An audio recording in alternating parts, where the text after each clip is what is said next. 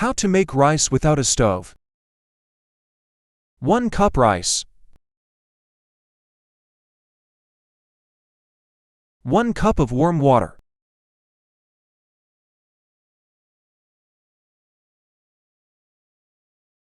Let it soak for 10 minutes.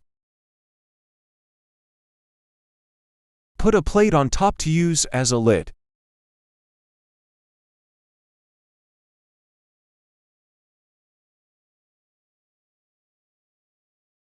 Put it in the oven for 3.5 minutes first.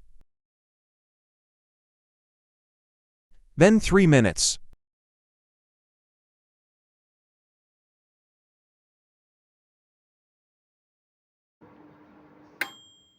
Your rice is ready.